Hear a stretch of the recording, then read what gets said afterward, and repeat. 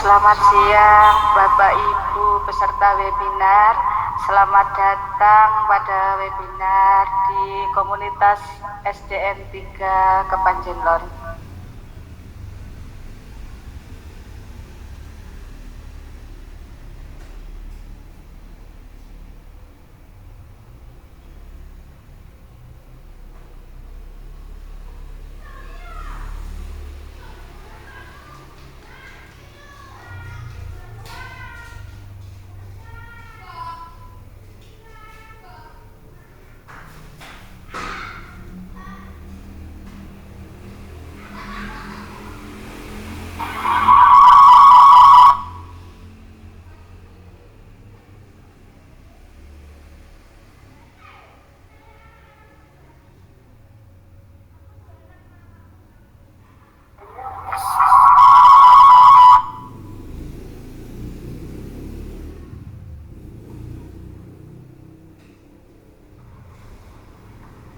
Bapak Ibu, karena waktu sudah menunjukkan pukul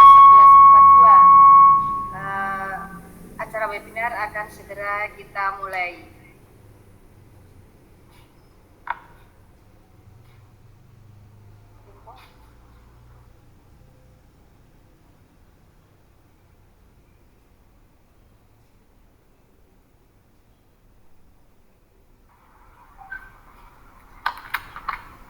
Bismillahirrahmanirrahim. Assalamualaikum warahmatullahi wabarakatuh. Warahmatullahi wabarakatuh. Waalaikumsalam warahmatullahi wabarakatuh. Yang kami hormati Ibu Aster Kusumastuti selaku Kepala SDN 3 Kepanjen Lor. Yang kami hormati pula Bapak Ibu peserta webinar pada siang hari ini. Pertama, mari kita ucapkan puji syukur kehadirat Allah Subhanahu wa Ta'ala, yang mana pada siang hari ini kita masih diberikan nikmat kesehatan sehingga kita bisa berkumpul dalam acara webinar budaya positif pada komunitas SDN 3 Kepanjen Lor. Yang kedua, sholawat serta salam semoga tetap terlimpahkan kepada junjungan Nabi Agung kita, Nabi Muhammad SAW, yang mana selalu kita nantikan syafaatnya di yaumul qiyamah. Bapak Ibu yang kami hormati, pada kesempatan kali ini di webinar yang kesekian kali dari komunitas SDN 3 Kepanjen Lor, untuk kali ini kami mengambil tema budaya positif. Tetapi sebelumnya, mari kita dengarkan dahulu sambutan dari Ibu Kepala kita, Ibu Kepala SDN 3 Kepanjen Lor, Ibu Aster Kusumastuti, selaku penanggung jawab juga komunitas sekolah kami. Untuk Bu Aster Kusumastuti, waktu dan layar kami persilakan. Baik, terima kasih Bu Eni selaku moderator pada siang hari ini. Assalamualaikum warahmatullahi wabarakatuh. Waalaikumsalam warahmatullahi wabarakatuh. Selamat siang Bapak Ibu semuanya. Bagaimana hari ini? Tetap semangat untuk belajar, ya? Alhamdulillah. Puji syukur alhamdulillah selalu kita panjatkan kehadirat Allah Subhanahu wa Ta'ala, Tuhan Yang Maha Esa, atas segala limpahan rahmatnya, nikmatnya pada hari ini, sehingga kita diberikan kesempatan bisa belajar bersama kembali di webinar siang hari ini. Salawat serta salam semoga tercurahkan kepada junjungan kita Nabi Agung Nabi Muhammad SAW, yang selalu kita nantikan syafaatnya di yaumil akhir nantinya. Bapak Ibu semuanya, di siang hari ini adalah kali ketiga komunitas kita SDN 3 Kepanjen Lor mengadakan webinar. Nah, ini menjadi penyemangat bagi kita semuanya untuk selalu berbagi ilmu kepada siapapun teman-teman kita, dengan harapan nantinya membawa manfaat baik untuk kita sendiri sebagai ilmu, sebagai pengalaman, dan juga terutama untuk anak didik kita. Kali ini kita mengambil tema yaitu budaya positif. Nah, keynote speaker dari saya harapan saya setelah Bapak Ibu nantinya belajar bersama dengan Bu Anita yang siang hari ini sebagai narasumber kita hari ini, saya berharap nantinya ada efek atau ada pengaruh nantinya membawa hasil yang positif, terutama bagi anak didik kita. Nantinya sesuai dengan yang dicanangkan oleh Dinas Pendidikan kita dengan programnya Serenada, salah satunya dengan penanaman karakter disiplin positif ini nantinya betul-betul diterapkan, diaplikasikan kepada anak didik kita. Saya rasa tidak banyak yang bisa saya sampaikan, saya hanya mengantarkan saja kegiatan webinar kali ini dengan ucapan Bismillahirrahmanirrahim. Kita mulai kegiatan webinar kali ini, semoga nantinya berjalan lancar, membawa manfaat dan berkah bagi kita semuanya. Amin, amin ya rabbal alamin. Demikian saja yang bisa saya sampaikan. Selanjutnya saya serahkan kembali kepada Ibu moderator siang hari ini. Assalamualaikum warahmatullahi wabarakatuh. Waalaikumsalam warahmatullahi wabarakatuh. Terima kasih kami ucapkan kepada Ibu Aster Kusumastuti yang mana telah memberikan banyak banyak petuah yang nantinya akan kita gunakan untuk penerapan disiplin positif dalam sekolah kita. Baik Bapak Ibu, di sini saya selaku moderator, mohon maaf saya tadi belum memperkenalkan diri. Perkenalkan, nama saya Eni Fajarwati. Kali ini saya sebagai moderator dalam acara webinar di komunitas kami. Dan nanti ada narasumber dari guru, salah satu guru SDN 3 Kepanjen-Lor, tepatnya guru kelas 1 yang akan membawa Bapak Ibu menuju ke arah yang lebih baik dengan adanya budaya positif. Bapak Ibu, mohon nanti Bapak Ibu semua benar-benar memperhatikan, benar-benar mendalami apa saja materi yang nanti akan diberikan Ibu narasumber kita, karena luar biasa bagusnya materi tersebut dan baik sekali dampaknya jika benar-benar diterapkan pada sekolah kita. Saya perkenalkan, narasumber kita adalah Ibu Anita Mufidah, Sarjana Pendidikan. Beliau adalah salah satu guru di SDN 3 Kepanjen-Lor, yaitu guru kelas 1 yang alhamdulillah luar biasa, sudah lama sekali beliau memegang di kelas 1, maksudnya sudah beberapa tahun, dan beliau jadi guru juga sudah cukup lama. Beliau terjun di sekolah dasar juga sudah lama, kurang lebih 15 tahun. Jadi Bapak Ibu jangan khawatir, nanti webinar yang akan dipandu oleh Ibu narasumber kita akan memberikan manfaat yang luar biasa dan tentunya berkah untuk semua. Baik Bapak Ibu, pada kesempatan ini saya akan menyerahkan semua acara webinar kepada Ibu narasumber. Monggo Ibu narasumber, silakan dibawa Bapak Ibu untuk selalu mengikuti materi-materi dari panjenengan. Untuk Ibu Anita Mufidah, waktu dan layar kami persilakan. Oke, terima kasih Bu Eni. Izin share screen ya.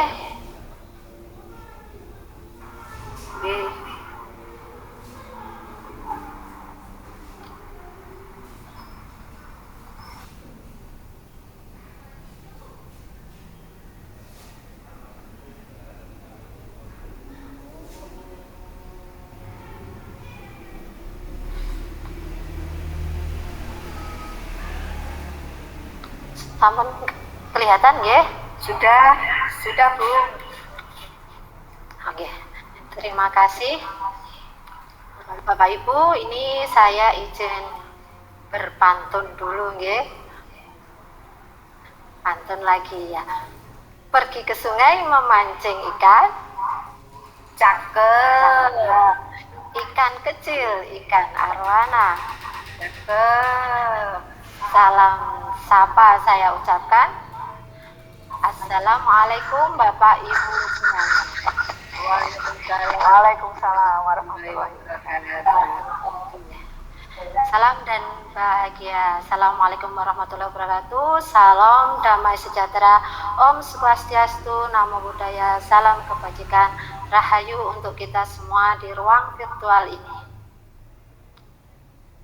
Nah, sebelum kita ke materi, kita ice breaking dulu, karena tentunya ini siang-siang supaya kita lebih bersemangat. Kita ice breaking dengan senam otak dulu nggih.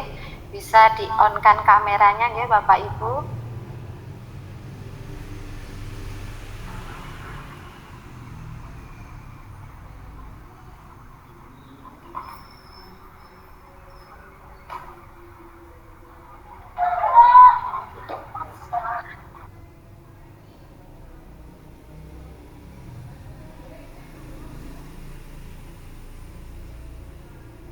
Oke, di sini manfaat senam otak yaitu meningkatkan daya ingat dan konsentrasi. Yang kedua, meningkatkan refleks dan koordinasi tubuh. Tiga, meningkatkan kemampuan belajar. Empat, menyeimbangkan tubuh dan pikiran. Lima, menyeimbangkan otak kanan dan otak kiri. Silakan dicoba Bapak Ibu.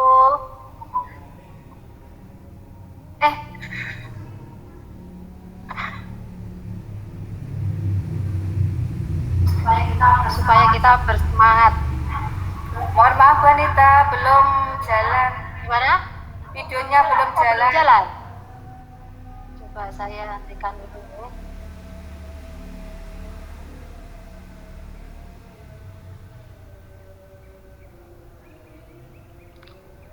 Saya search.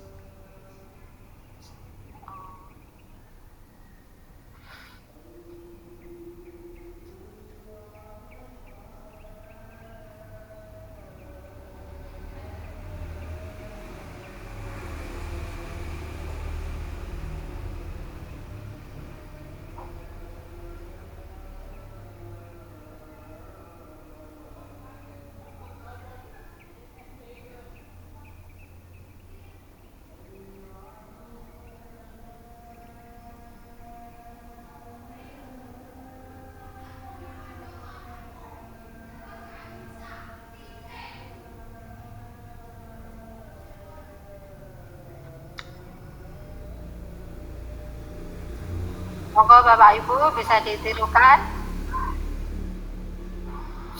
Mohon maaf belum muncul wanita. Tetap belum muncul. Oh, kalau begitu kita langsung saja coba langsung ke materi saja, nggih.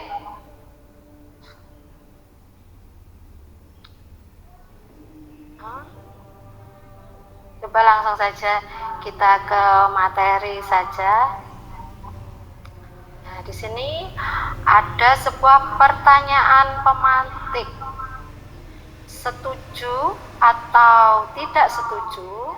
Untuk yang pertama, hukuman dapat mendisiplinkan anak. Pripun Bapak Ibu? Tidak setuju. Apakah setuju? Tidak. Oke, tidak setuju. Boleh disimpan dulu jawabannya, nggih. Untuk yang kedua, pemberian hukuman dengan hal positif seperti membaca atau membersihkan halaman sekolah dapat meningkatkan disiplin anak. Monggo setuju napa mboten? Setuju. Oke, setuju. Lalu sebentar kok hilang ya.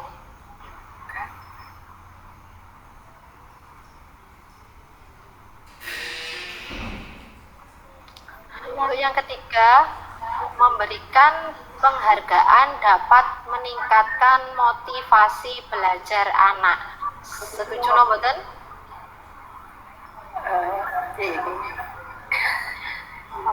Memberi penghargaan dapat meningkatkan motivasi belajar anak.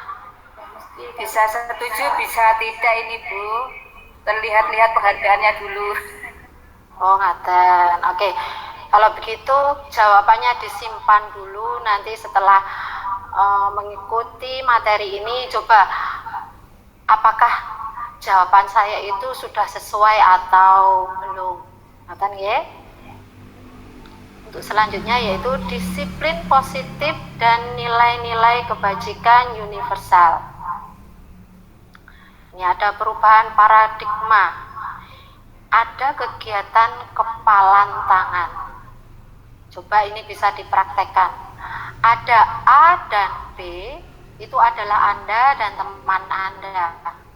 Sobeklah secari kertas kecil, tuliskan benda atau sesuatu yang sangat berharga untuk Anda. Coba bisa dipraktek.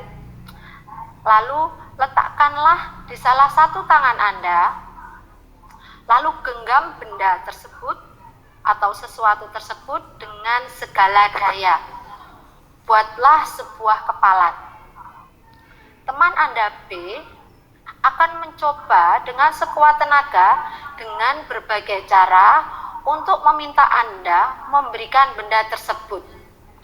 B bisa membujuk, mengancam, menghardik, merayu, menyuap apa saja agar dapat membuka kepalan tangan Anda. Lalu apa yang terjadi? Bagaimana dengan Anda? Apakah akan membuka kepalan tangan Anda atau bahkan mempertahankan apa yang sudah ada di kepalan tangan Anda? Coba saya pengen satu atau dua untuk mengungkapkan pendapatnya, mau apa tidak membuka kepalan tangan Anda? Monggo, sinten?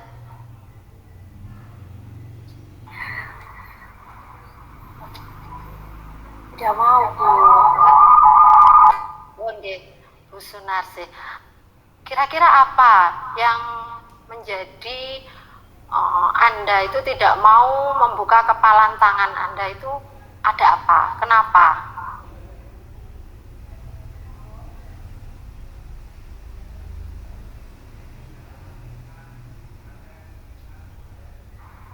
Karena saya ingin menjaga kerahasiaannya. Oh ya, karena ingin mempertahankan sesuatu yang memang benar-benar itu tidak mau orang lain itu mendapatkan atau mengambil sesuatu yang ada di tangan Anda. Mungkin apakah ada yang ingin mau membuka kepalan tangan yang ada, kepalan tangan yang lainnya ada yang ingin membukanya? Mboten wonten nggih, berarti semua bersikuku ingin tetap menggenggam apa yang sudah dimiliki, apa yang sudah ada di kepalan tangan Anda. Oke, untuk selanjutnya.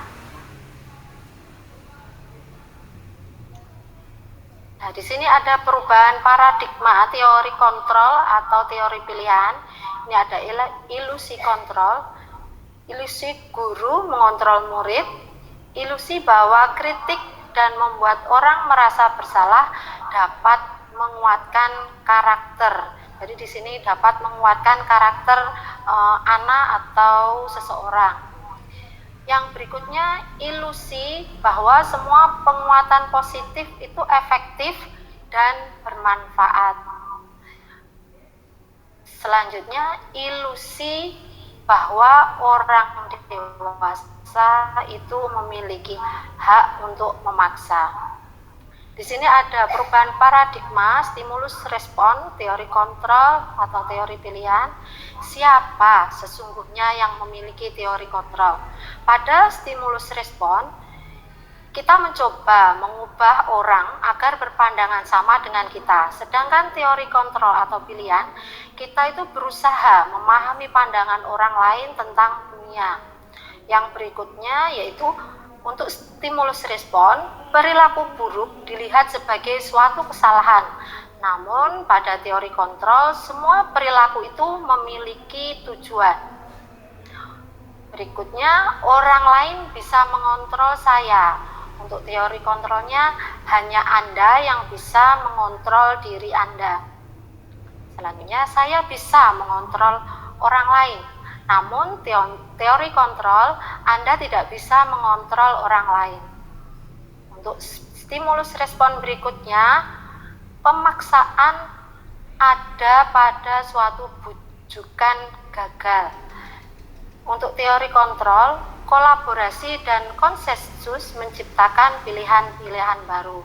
Dan yang terakhir, model berpikir menang atau kalah. Untuk teori kontrolnya, model berpikirnya itu menang dan menang. Di sini ada disiplin positif. Dari teori kontrol atau teori pilihan, di sini ada empat cabang ya. Ada Anda tidak bisa mengontrol orang lain, hanya Anda yang bisa mengontrol diri Anda. Di sini makna disiplin itu belajar kontrol diri dengan menggali potensi kita agar tercapai tujuan mulia, yaitu sesuatu menjadi seseorang yang kita inginkan berdasarkan nilai-nilai yang kita hargai. Sedangkan yang kedua, semua perilaku memiliki tujuan. Di sini ada teori motivasi. Yang pertama teorinya itu untuk menghindari hukuman. Dan yang kedua itu untuk mendapatkan imbalan. Nah, dua teori tersebut merupakan motivasi ekstrinsik. Untuk yang ketiga yaitu untuk menghargai diri sendiri. Ini termasuk nilai-nilai kebajikan universal yang nantinya akan menjadi keyakinan kelas. Untuk berikutnya ada model berpikir menang-menang, kolaborasi dan konsensus menciptakan pilihan-pilihan baru. Di sini ada 5 posisi kontrol, yaitu yang pertama menghukum, 2 membuat rasa bersalah, 3 teman, 4 pemantau, yang terakhir manajer. Dari semua 5 posisi kontrol tersebut itu terdapat segitiga restitusi. Yang pertama yaitu menstabilkan identitas, yang kedua validasi kebutuhan, dan yang ketiga menanyakan keyakinan. Untuk yang keempat di sini ada realitas atau kebutuhan. Jadi sini kita berbeda, kita berusaha memahami pandangan orang lain tentang dunia. Setiap orang itu memiliki pandangan berbeda. Di sini ada 5 kebutuhan dasar manusia, yaitu yang pertama bertahan hidup, yang kedua penguasaan, yang ketiga kasih sayang dan rasa diterima, yang keempat kesenangan, dan yang terakhir itu adalah kebebasan. Apakah makna disiplin? Di sini berasal dari bahasa Latin disciplina, yaitu belajar. Disiplin diri itu membuat orang menggali potensinya menuju sebuah tujuan apa yang dia hargai. Namun dalam budaya kita, makna kata disiplin telah berubah menjadi sesuatu yang dilakukan seseorang pada orang lain untuk mendapatkan kepatuhan. Kecenderungan umum adalah menghubungkan kata disiplin itu dengan ketidaknyamanan, bukan dengan apa yang kita hargai atau pencapaian suatu tujuan yang mulia. Di sini ada nilai-nilai kebajikan universal. Nilai-nilai kebajikan adalah sifat-sifat positif manusia yang merupakan tujuan mulia yang ingin dicapai setiap individu. Nilai-nilai tersebut bersifat universal dan lintas bahasa, suku bangsa, agama, maupun latar belakang. Setiap perilaku atau perbuatan itu memiliki suatu tujuan. Dengan mengkaitkan nilai-nilai kebajikan yang diyakini seseorang, maka motivasi intrinsiknya akan tergabung sehingga menggerakkan motivasi dari dalam untuk dapat mencapai tujuan mulia yang diinginkan. Nah, untuk nilai-nilai kebajikan yang ingin dicapai oleh setiap anak Indonesia, kita kenal dengan profil pelajar Pancasila. Di sini ada beriman, bertakwa kepada Tuhan Yang Maha Esa, dan berakhlak mulia. Untuk yang berikutnya di sini ada mandiri, yang ketiga bernalar kritis, berkebinekaan global, bergotong royong, dan kreatif. Tentunya Bapak Ibu di sini sudah tidak asing ya untuk profil pelajar Pancasila. Sekarang kita lanjut saja. Ini ada teori motivasi, hukuman dan penghargaan, dan juga restitusi. Teori motivasi perilaku manusia. Untuk yang pertama, untuk menghindari ketidaknyamanan atau hukuman, apa yang akan terjadi apabila saya tidak melakukannya. Ini termasuk motivasi eksternal dan motivasi di luar. Sedangkan yang kedua, untuk mendapatkan imbalan dari orang lain atau institusi. Di sini apa yang akan saya dapatkan apabila saya melakukannya. Ini termasuk motivasi eksternal. Dan yang ketiga di sini untuk menghargai diri sendiri, saya akan menjadi orang yang seperti apabila saya melakukannya. Ini merupakan motivasi internal atau tujuan disiplin positif. Mengingat kemarin saya baru dapat penyuluhan dari dinas bahwa adanya motivasi itu sebenarnya yang saya dapat kemarin ya, motivasi itu biasanya itu kebanyakan hanya bertahan paling tidak 6 bulan.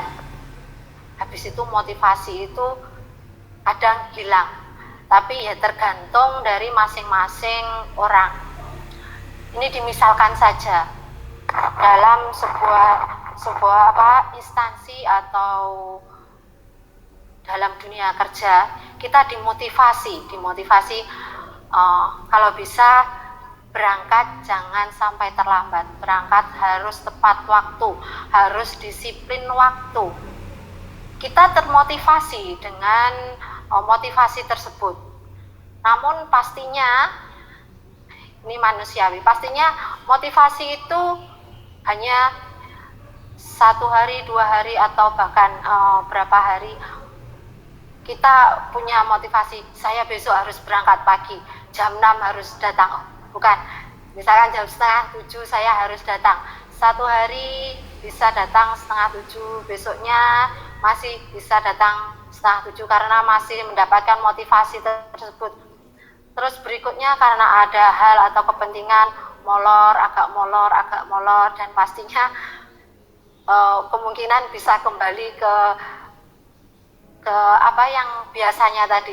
Jadi motivasinya itu kadang bisa luntur, tapi semoga saja untuk kita motivasi yang sudah diberikan itu selalu ada pada diri kita, sehingga motivasi itu tidak hilang begitu saja. Itu hanya sedikit cerita, karena kemarin saya mendapatkan motivasi tersebut, karena motivasi itu dari yang saya dapat, motivasi itu tidak bertahan lama, tergantung orangnya yang dimotivasi. Itu sedikit cerita ya. Sekarang kita lanjut. Di sini ada kata merdeka. Menurut Ki Hajar Dewantara, merdeka itu artinya tidak hanya terlepas dari perintah, akan tetapi juga cakap buat memerintah diri sendiri. Ki Hajar Dewantara, Pemikiran Konsepsi Keteladanan Sikap Merdeka, cetakan kelima tahun 2013, halaman 469.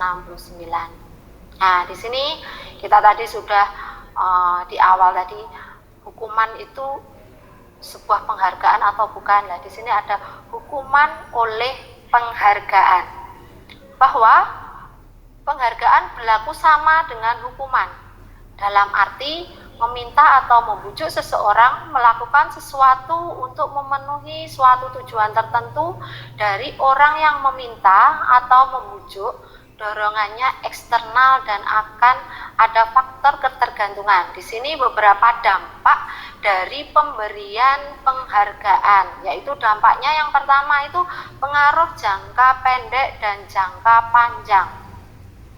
Maksudnya di sini misalkan si anak mau mengerjakan asalkan nanti dapat permen dari gurunya. Nah, itu akan berpengaruh juga pada jangka pendek dan jangka panjangnya. Jadi dia nanti akan berpikir, aku nanti kalau aku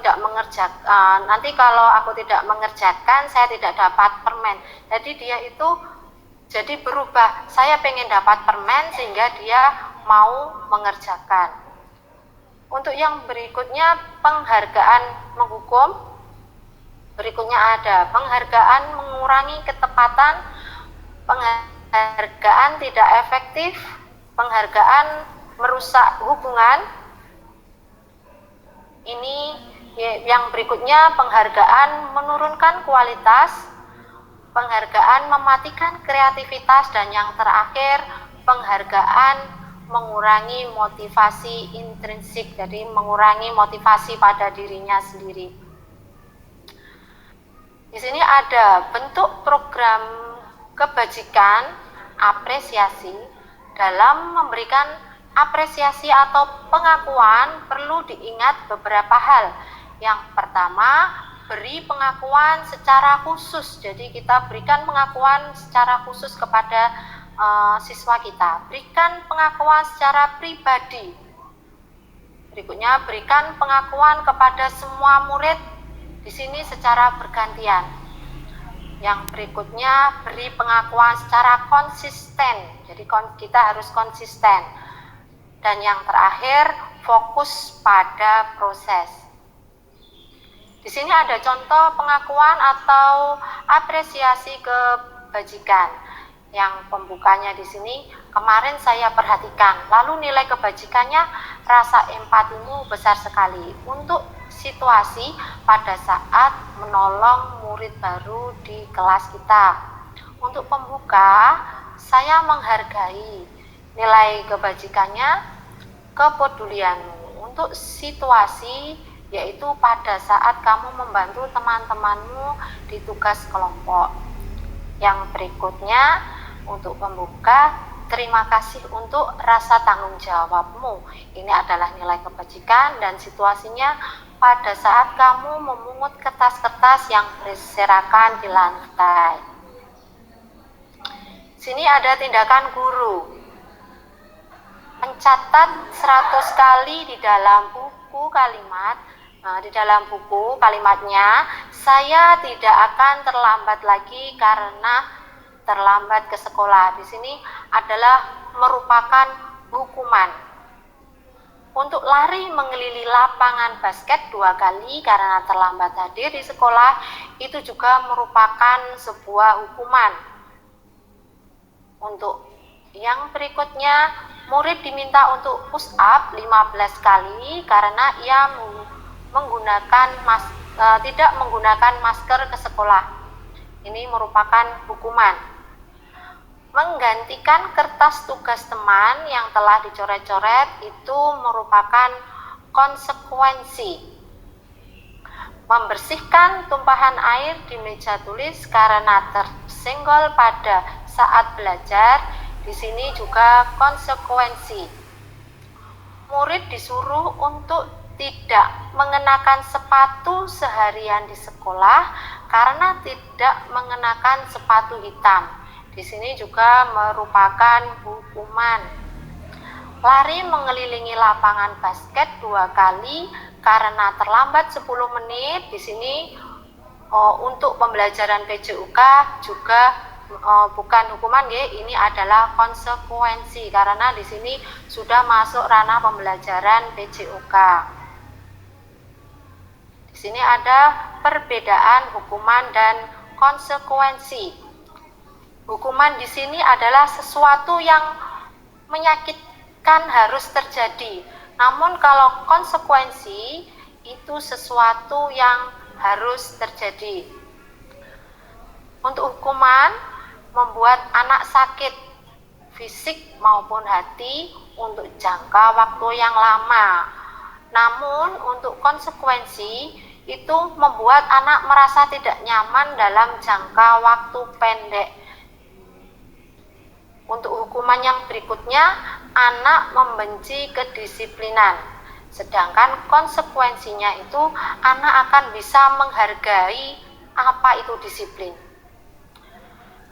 Selanjutnya ini hukuman adalah paksaan, namun dalam konsekuensi itu stimulus atau merupakan sebuah tanggapan. Hukuman yang berikutnya adalah mendorong anak menyakiti diri sendiri.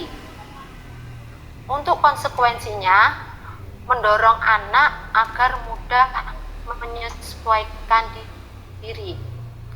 Hukuman yang selanjutnya, perbedaannya yaitu konsep diri yang buruk, namun dari konsekuensi itu merupakan konsep diri yang baik. Untuk perbedaan yang berikutnya, anak belajar untuk menyembunyikan kesalahan.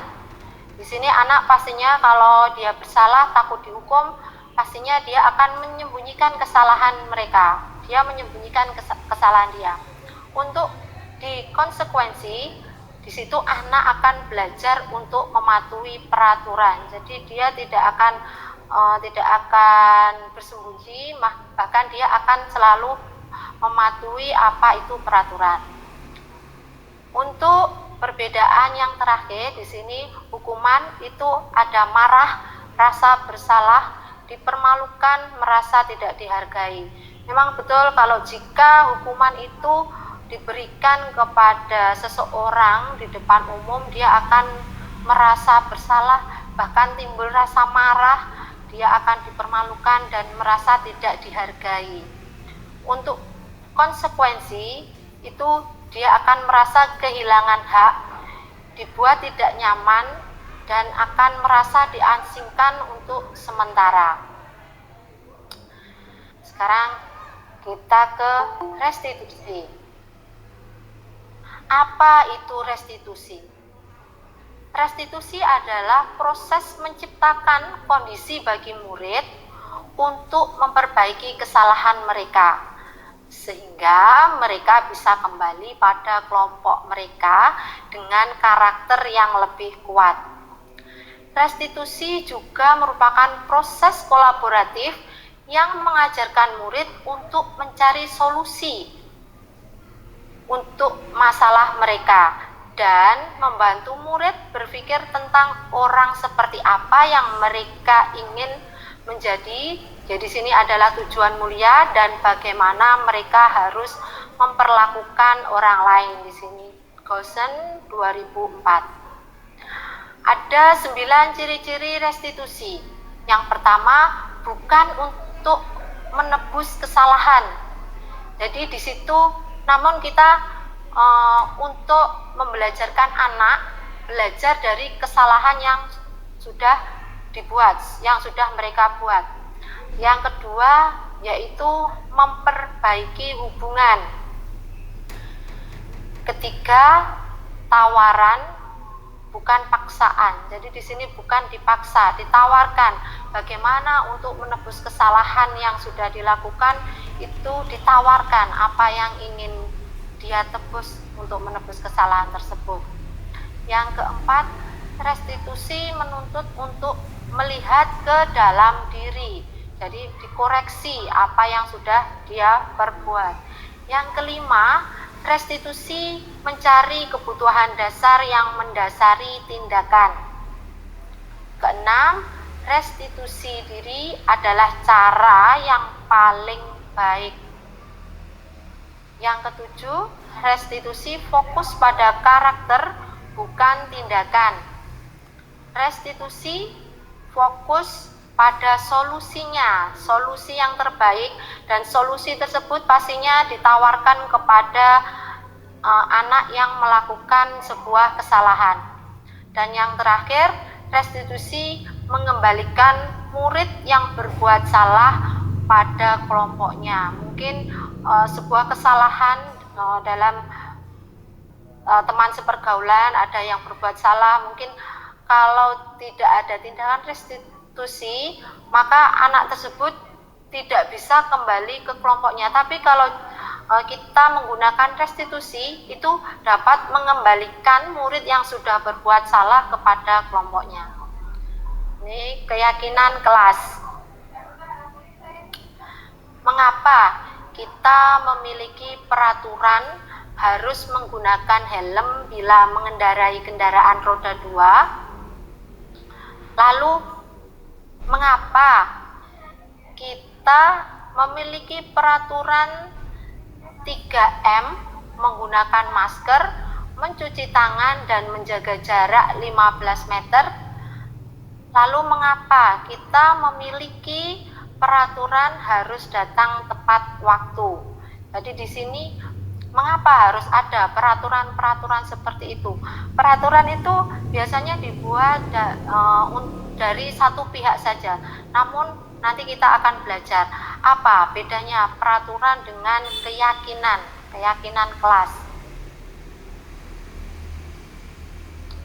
Nah, di sini ada sebuah gambar yang menggambarkan dalam sebuah peraturan kelas. Pastinya di dalam kelas Bapak Ibu guru mempunyai peraturan-peraturan yang harus ditaati oleh murid-murid kita. Dari peraturan-peraturan kelas itu kita membuat sebuah keyakinan kelas. Keyakinan kelas yang kita buat secara bersama-sama, yang disepakati bersama-sama dengan murid kita. Jika keyakinan kelas tersebut sudah terlaksana, maka akan menjadi lingkungan yang positif. Jadi lingkungan positif tersebut dapat menjadikan budaya positif. Nah, di sini keyakinan kelas nih. Keyakinan kelas itu apa? Yaitu salah satu disiplin positif yang bisa kita terapkan dalam membangun budaya positif di sekolah. Di sini keyakinan kelas itu dibuat secara bersama-sama dengan seluruh siswa yang mempunyai nilai-nilai kebajikan yang dapat dipercaya. Jadi di sini dibuat secara bersama-sama. Apa beda peraturan dengan keyakinan kelas? Jika peraturan itu di sini misalkan saja selalu kembalikan buku ke tempatnya. Apakah keyakinan kelas itu di situ termasuk keyakinan kelas yang apa? Kalau selalu mengembalikan buku ke tempatnya itu merupakan sebuah tanggung jawab. Jadi tanggung jawab siswa untuk mengembalikan buku ke tempatnya. Jadi nilai kebajikan yang ada dalam keyakinan kelas itu adalah tanggung jawab. Di sini untuk peraturan yang kedua, dilarang mengganggu orang lain. Untuk nilai kebajikan dalam keyakinan kelas yaitu jika mengganggu orang lain itu nilai kebajikannya harus menghormati orang lain. Untuk peraturan yang ketiga, misalkan saja hadir di sekolah 15 menit sebelum pembelajaran dimulai. Untuk nilai kebajikan pada keyakinan kelas yaitu menghormati orang lain dan berkomitmen. Untuk peraturan berikutnya dilarang melakukan kekerasan. Untuk nilai kebajikannya itu merupakan keselamatan dan juga menghormati orang lain. Dilarang menggunakan narkoba. Untuk nilai kebajikannya yaitu pada kesehatan. Peraturan berikutnya mengganti atau menunggu giliran. Untuk nilai kebajikan dalam keyakinan kelas tersebut yaitu menghormati orang lain dan bersabar. Jadi bersabar untuk menunggu giliran. Menggunakan masker. Nilai kebajikannya yaitu untuk kesehatan dan juga untuk keselamatan. Untuk berikutnya, jangan berlari di kelas atau di koridor. Nilai kebajikan, keyakinan kelasnya yaitu untuk keselamatan dan juga untuk keamanan. Di sini ada contoh keyakinan kelas yang sudah saya buat bersama-sama dengan anak-anak, yaitu keyakinan kelas kami. Yang pertama, selalu menjaga kebersihan. Bukan tidak mungkin ya untuk kelas 1 itu ibaratnya gurunya ngomong 1 kali, anak-anak jaga kebersihan, buang sampah di tempatnya. Tapi anak-anak selalu gimana ya, mengiraukan semua apa yang sudah diberikan Bapak Ibu guru. Jangan buang sampah sembarangan, jangan buang sampah di loker, di laci seperti itu. Tapi apa kenyataannya? Tapi anak-anak selalu melakukan hal seperti itu. Jadi kita membuat keyakinan kelas, membuat kesepakatan bersama untuk yang pertama itu selalu menjaga kebersihan. Yang kedua, disiplin dan tepat waktu. Jadi di awal kelas 1 kita ajarkan untuk selalu disiplin dan tepat waktu supaya untuk kedepannya mereka bisa terbiasa dengan kedisiplinan. Untuk yang ketiga yaitu saling tolong menolong. Dengan teman kita ajarkan untuk saling tolong menolong. Yang keempat, berbicara dengan sopan. Anak-anak diajarkan sejak dini, sejak awal untuk berbicara itu dengan sopan. Dan yang terakhir bisa saling menghormati entah itu dengan guru, teman, dan teman-teman yang lainnya. Di sini ada kebutuhan dasar manusia dan dunia berkualitas. Di sini kebutuhan dasar manusia itu yang pertama adalah kasih sayang dan rasa diterima. Tentunya kita semua pasti ingin mendapatkan kasih sayang dan mendapatkan sebuah pengakuan bahwa kita itu diterima. Untuk kebutuhan yang berikutnya yaitu penguasaan. Berikutnya dapat kebebasan dan juga kesenangan. Jadi di sini kita pastinya juga ingin meskipun mendapatkan sebuah tugas atau apapun, kita juga butuh kesenangan hidup kita itu kita inginkan, yang kita inginkan. Di sini berikutnya ada posisi kontrol. Ada 5 posisi kontrol. Yang pertama ini adalah tadi sudah saya beritahu bahwa di sini 5 posisi kontrol itu yang pertama penghukum, membuat rasa bersalah sebagai teman, pemantau, dan juga sebagai manajer. Untuk motivasinya, guru berbuat. Untuk tipe penghukum itu menghardik, menunjuk-nunjuk, menyakiti, bahkan menyindir. Lalu untuk pembuat rasa bersalah itu berceramah dan mengatakan seharusnya ibu kecewa dengan kamu dan sebagainya. Namun jika sebagai teman itu membuatkan alasan-alasan untuk muridnya, itu sebagai teman. Untuk guru sebagai pemantau di sini menghitung dan mengukur. Sedangkan posisi yang ketiga sebagai manajer itu selalu mengajukan sebuah pertanyaan-pertanyaan.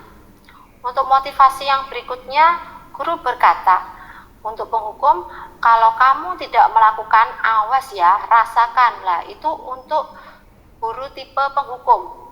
Namun kalau guru tipe pembuat rasa bersalah itu di sini contohnya, kamu sudah tahu kan, ibu lelah sekali harus mengatakan ini, dan ibu stres, kamu setiap kali seperti inilah, itu membuat rasa bersalah. Jadi anak tersebut akan merasa bersalah.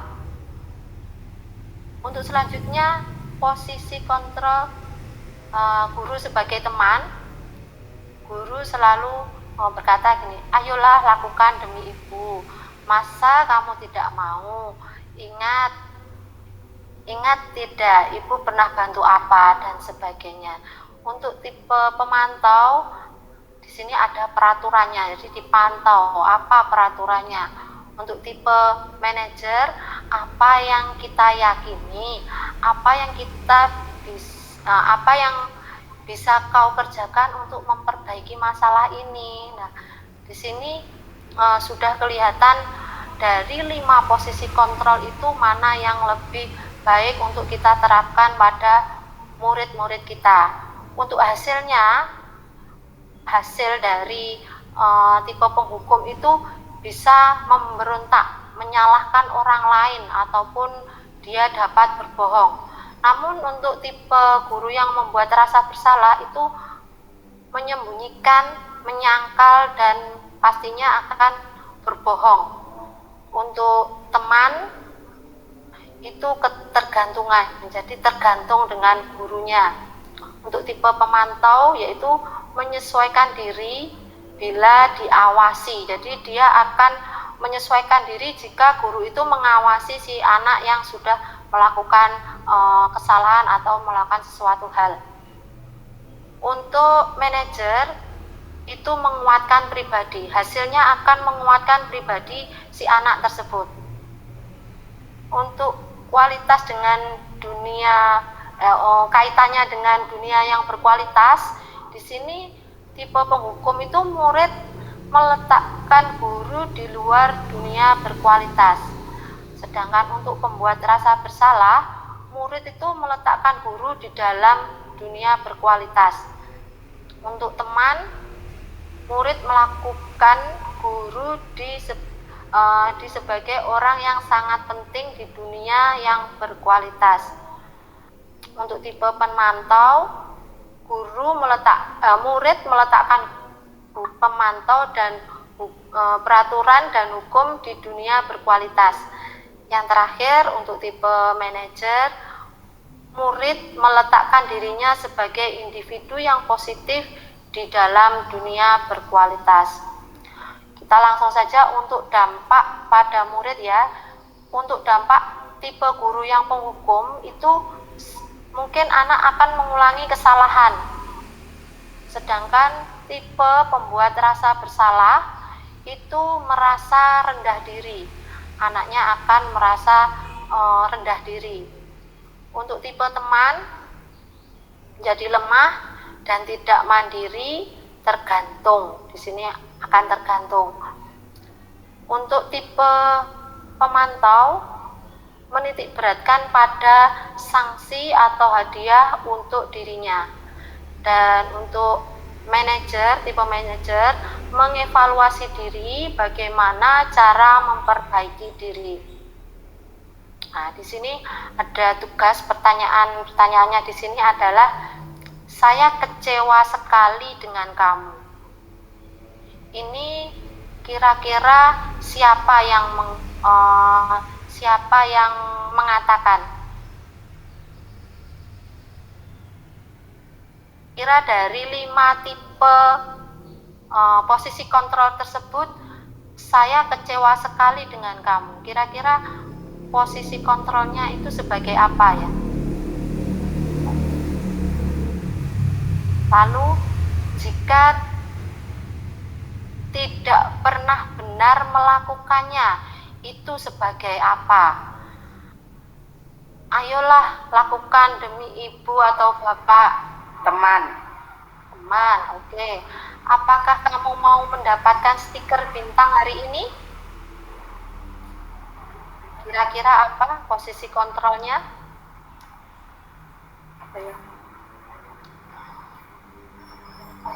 Coba apa? Apakah juga teman atau apa? Coba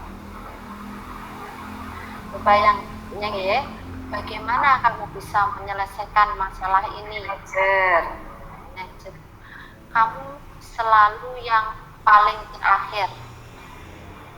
Kira-kira apa?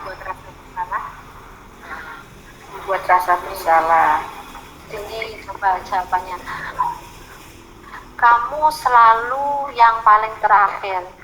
Di sini menghukum karena dia ibaratnya di depan anak-anak dia mengutarakan apa yang seharusnya tidak diutarakan di depan anak-anak. Jadi di sini dia kelihatan dihukum, tipe guru penghukum, supaya anak tersebut merasa ibaratnya malu di depan teman-temannya. Ya, ada segitiga restitusi. Segitiga restitusi ini ada 3.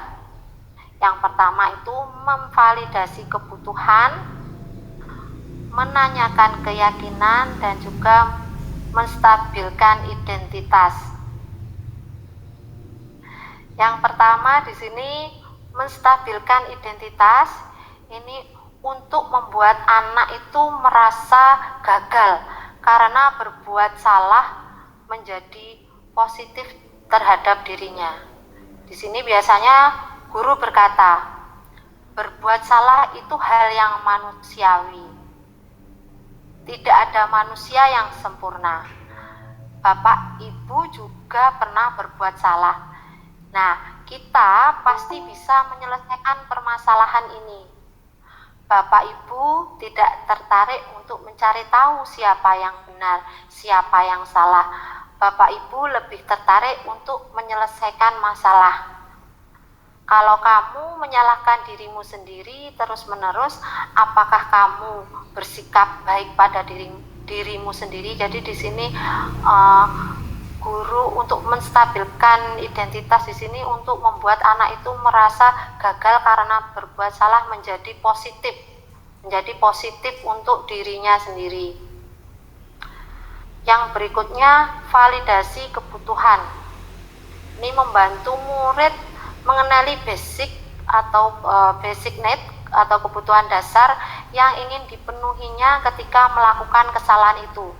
Pada dasarnya setiap tindakan manusia tujuannya adalah memenuhi kebutuhan dasar, apakah itu penguasaan, kebebasan, kasih sayang dan rasa diterima, kesenangan atau bertahan hidup. Di sini biasanya guru itu berkata, kamu bisa saja kan melakukan hal yang lebih buruk, tapi kamu tidak melakukannya kan? Kamu pasti punya alasan mengapa melakukannya. Apa yang penting bagi kamu? Untuk yang berikutnya, kamu boleh tetap berusaha menjaga sikap itu, tapi tambahkan sikap yang lain yang baru. Maukah kamu belajar cara lain untuk mendapat yang kamu butuhkan tanpa harus memukul? Dan yang terakhir, biasanya guru itu berkata, apakah kamu bisa melakukan dengan lebih baik besok lagi? Baru di sini kita menanyakan keyakinan. Anak melihat kesalahannya itu dihubungkan dengan norma sosial dan nilai-nilai yang mendasari manusia berinteraksi dengan orang lain. Jadi di sini guru berkata, apa nilai yang kita percaya di kelas atau sekolah kita, nilai-nilai universal apa yang telah kita sepakati, kelas yang ideal itu seperti apa sih? Kamu ingin jadi anak seperti apa? Apa yang kamu rasakan ketika kamu melakukan itu? Kamu menjadi orang yang seperti apa dan sebagainya. Nah, di sini saya pernah mendapatkan kasus di kelas saya. Ilustrasi kasusnya seperti ini. Di kelas 1 saat jam pelajaran matematika sedang berlangsung, ada salah satu siswa yang bernama Dia Putri itu sedang asik makan snack, makan jajan di kelas. Jadi waktu saya menerangkan itu dia makan jajan. Dalam kesepakatan kelas ada salah satu nilai kebajikan yang sudah disepakati dan diyakini bersama. Ini artinya semua murid harus menaati keyakinan kelas tersebut. Makan jajan di dalam kelas merupakan tindakan yang bertentangan dengan keyakinan kelas yang sudah dibuat bersama. Nah, di sini adalah penerapan segitiga restitusi saya kepada Dia Putri. Saya panggil untuk menerapkan segitiga restitusi. Makan di kelas. Terus makan di kelas itu kira-kira merupakan tindakan yang benar atau salah? Salah. Terus kalau salah itu boleh dilakukan atau tidak? Oke, tidak. Memang ya Mbak Putri, sebuah kesalahan itu manusiawi, tidak apa-apa. Tapi asalkan kamu tidak akan mengulanginya kembali. Coba hadap sini. Coba kenapa toh kamu kok bisa makan di kelas? Coba alasan kamu kenapa? Karena tadi aku pas mau di Oh, belum sempat sarapan. Lalu kenapa kok sampai kamu nggak bisa sarapan, nggak sempat sarapan? Kenapa? soalnya tadi aku bangunnya kesiangan. Bangunnya kesiangan. Oke, baiklah. Kalau seperti itu berarti tindakan yang salah. Berarti kalau salah tidak boleh diulangi. Kamu tahu kalau di kelas kita itu sudah punya kesepakatan kelas, ya kan? Coba kesepakatan kelas kita itu apa saja? Atau kesepakatan bersama dulu loh, apa saja? Ya, menghormati guru sedang datang tepat waktu. Terus apa lagi? Yang kamu lakukan tadi apa? Itu salah satunya. Jadi kamu sudah melanggar kesepakatan kita. Salah satu kesepakatan kita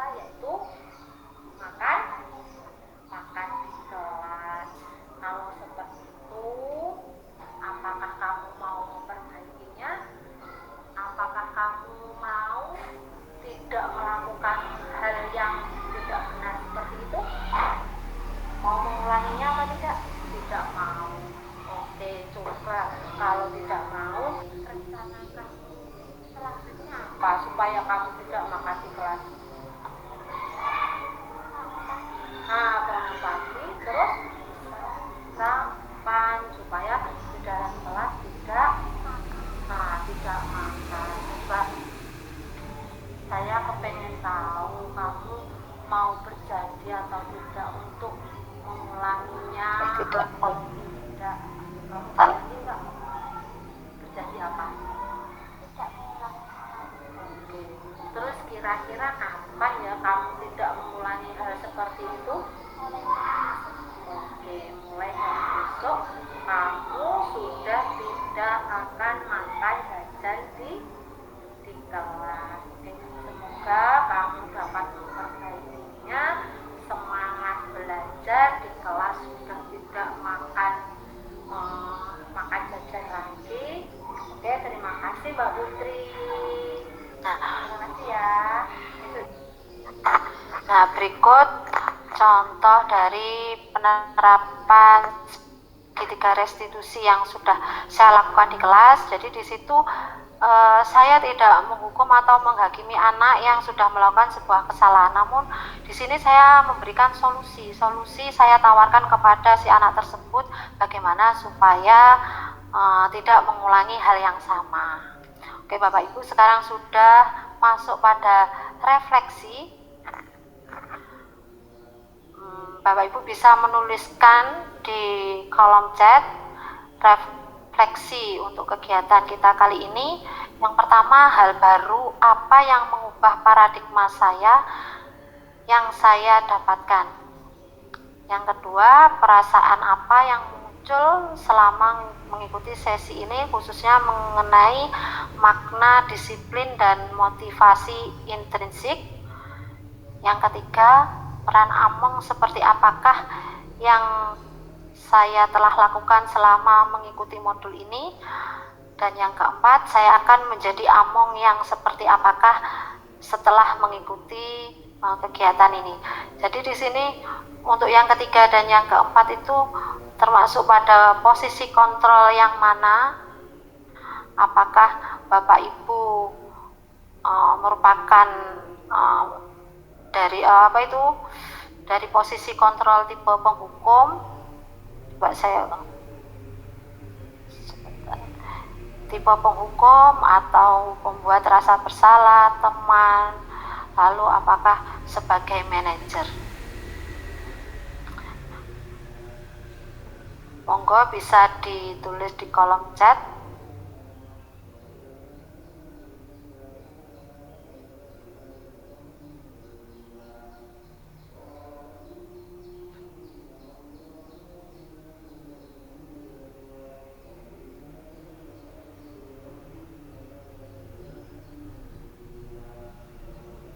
Oke, di sini ada Supratman di sini sebagai manajer. Alhamdulillah sudah sebagai kontrol guru, sebagai manajer di sini sudah sangat hebat sekali jika sebagai manajer. Kadang kita sebagai guru itu tidak sadar kalau kita juga sebagai pembuat rasa bersalah.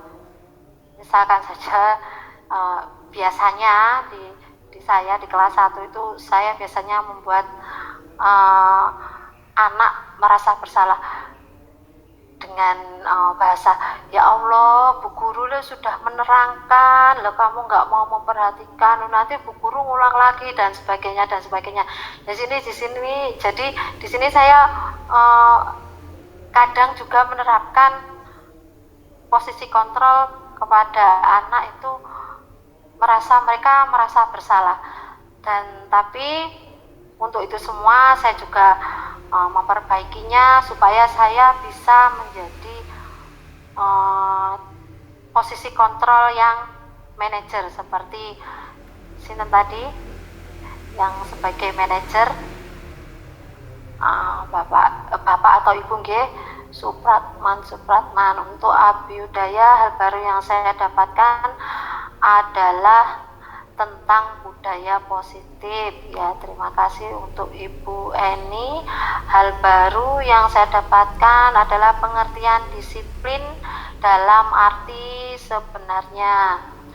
Untuk Abiyudaya, di sini perasaan saya senang karena bisa belajar bersama dan merasa tercerahkan karena selama ini ternyata saya masih keliru memakai disiplin, memaknai disiplin. Yang ketiga, peran Among yang telah dilakukan yaitu masih sebatas pemantau dan sebagai teman, sebatas teman ya. Dan yang jawaban nomor 4, saya akan berusaha untuk menjadi manajer. Alhamdulillah.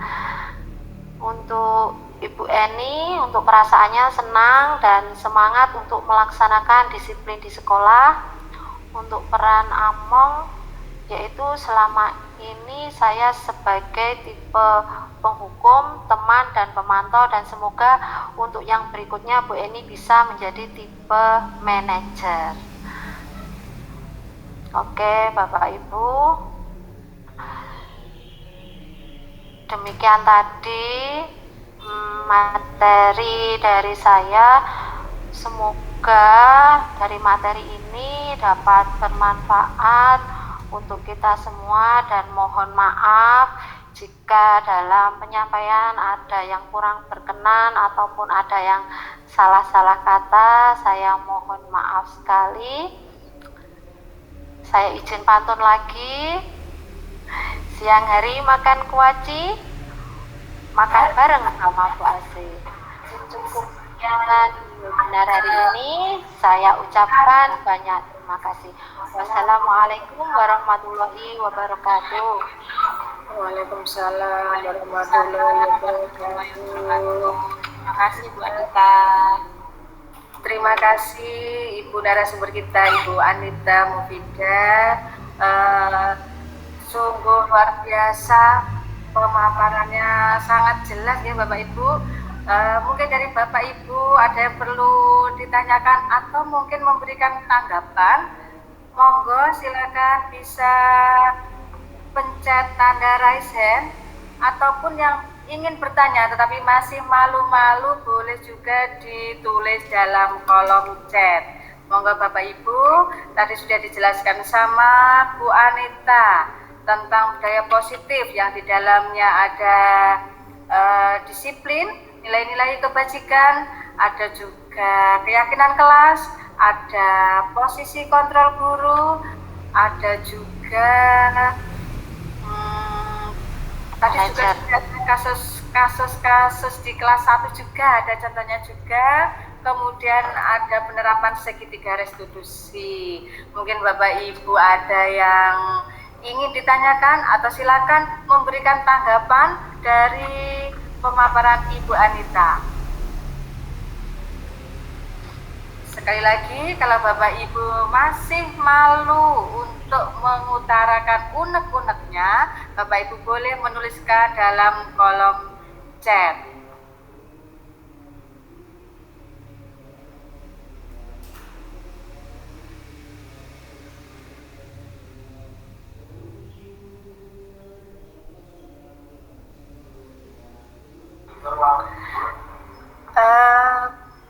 Baik Bapak Ibu, ini di kolom chat sepertinya Bapak Ibu sudah paham semua nggih. Sepertinya sudah pada terima kasih atas ilmunya pada kolom chat. Memang luar biasa, sudah jelas sekali nggih. Saya pun juga merasakan materinya itu gampang dipahami, juga contoh-contohnya itu juga bisa memperjelas dari materi yang telah disampaikan. Bapak Ibu, karena waktu sudah melebihi, kita tadi sampai jam 12:40 ternyata sudah melebihi 12 menit. Sekiranya kalau Bapak Ibu sudah tidak ada yang memberikan pertanyaan, monggo saya persilakan Bapak Ibu yang belum bergabung dalam komunitas kami, silakan bergabung melalui platform Merdeka Mengajar. Silakan Bapak Ibu, di sana Bapak Ibu akan melihat, akan tahu jadwal webinar kami. Dan ada informasi untuk berikutnya, hari Sabtu kita akan melaksanakan webinar seri kedua.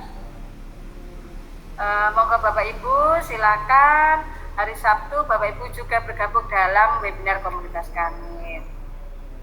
Baik Bapak Ibu, seperti yang sudah saya bilang tadi, waktunya sudah sangat melampaui. Terima kasih atas kerja sama Bapak Ibu semua. Semoga ilmu yang kita dapatkan dari Ibu narasumber, Ibu Anita Mufidah, memberikan manfaat yang barokah untuk kita semua, dan semoga kita sebagai guru bisa menerapkan segitiga restitusi dalam menyelesaikan permasalahan dan bisa memposisikan diri kita sebagai manajer. Bapak Ibu, apabila dalam membawakan serangkaian webinar pada siang hari ini, saya banyak kesalahannya, banyak kekurangannya. Saya mohon maaf yang sebesar-besarnya. Sebelum saya tutup, mohon open kamera dulu ya Bapak Ibu, kita foto bersama dahulu. Monggo silakan open kamera dulu.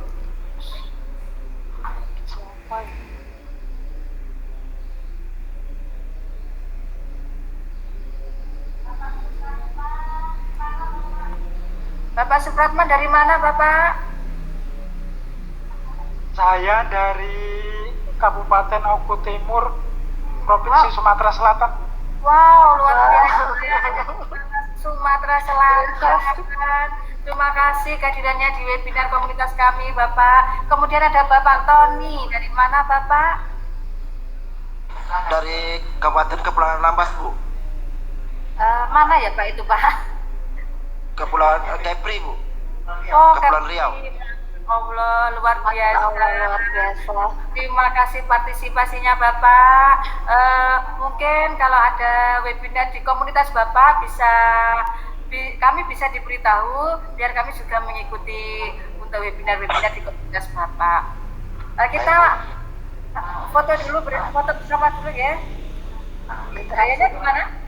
Oh, kayak literasi. Ya, 1, 2, 3. Satu lagi kayak gini ya. Kita hormat. Iya. Yuk, 1, 2, 3. Terima kasih Bapak Ibu semuanya. Saya berdoa yang mengikuti webinar pada siang hari ini, semoga panjenengan semua diberikan kesehatan, diberikan banyak rezeki yang barokah dan bermanfaat, diberikan keturunan yang soleh-solehah, dan semoga pekerjaan panjenengan sebagai guru semakin sukses, lancar, dan memberikan berkah untuk keluarga dan semuanya. Bapak Ibu, terima kasih. Saya ucapkan sekali lagi. Sekali lagi saya ucapkan terima kasih banyak. Saya akhiri. Wabillahi taufiq wal hidayah. Wassalamualaikum warahmatullahi wabarakatuh. Waalaikumsalam. Terima kasih untuk semuanya. Terima kasih Pak Supratman, Pak Tony yang sudah jauh dari Sumatera, dari Kepulauan Riau. Sampai jumpa lagi di webinar selanjutnya. Baik, Bu. Jangan lupa diikuti Pak nggih. Hari Sabtu. Iya, Bu. Hari Sabtu, Bu. Iya, Bu. Baik. Ya. Salam. Monggo bisa live. Maaf, dari Apa?